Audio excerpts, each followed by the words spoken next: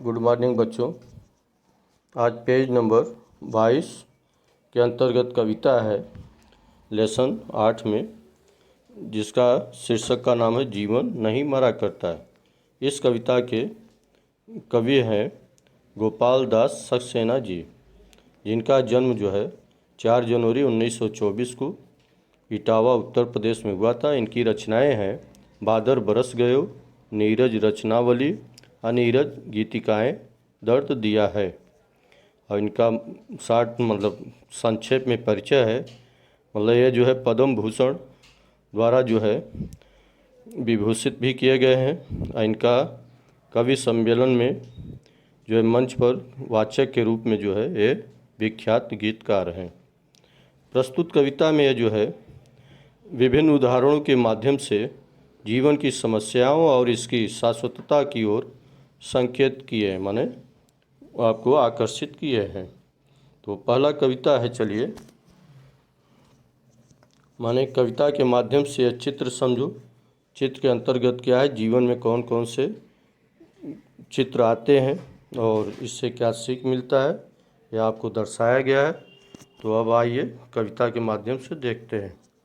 तो कविता है पहला, छिप छिप अश्रु बहाने वालों, मोती व्यर्थ लुटाने वालों, कुछ सपनों के मर जाने से जीवन नहीं मरा करता।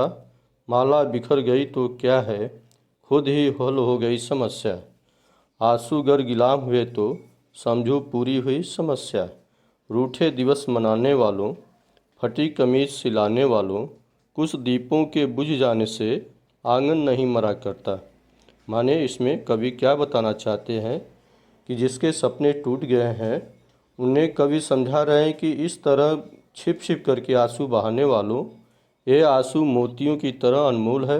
इन्हें व्यर्थ मत लुटाओ, यानी बर्बाद मत करो, क्योंकि कुछ सपनों के मर जाने से जीवन नहीं मरा करता है, यानी ख़त्म नहीं होता है। आंसुओं की माला बिखेर देने से समस्या हल नहीं होती। आंसू अगर नीलाम हुए तो समझो तपस्या पूरी हो गई। और अपने रूठे दिनों को मनाने वालों, फटी कमीज को सिलाने वालों, कुछ दीपों के बुझ जाने से आंगन नहीं मरा करता। यानी एक आग दीपक बुझ भी जाते हैं तो भी आंगन ज्यों का त्यों वैसा का ही वैसा रहता है। आंगन में रोशनी लेकर नए दीपक आते ही रहते हैं। और दूसरे दोहा का अर्थ सुन जानिए क्या है। खोता कुछ भी नहीं यहाँ पर, केवल जिल्द बदलती पोथी। जैसे रात उतार चांदनी पहले, सुबह धूप की धोती। वस्त्र बदल कर आने वालों, चाल बदल कर जाने वालों, चंद खिलौनों के खोने से बचपन नहीं मरा करता है। यानी इस धरती पर कुछ भी नश्वर नहीं है। नश्वर नहीं माने नाशवान नहीं है, केवल बाह्य आवरण बदल जाता है।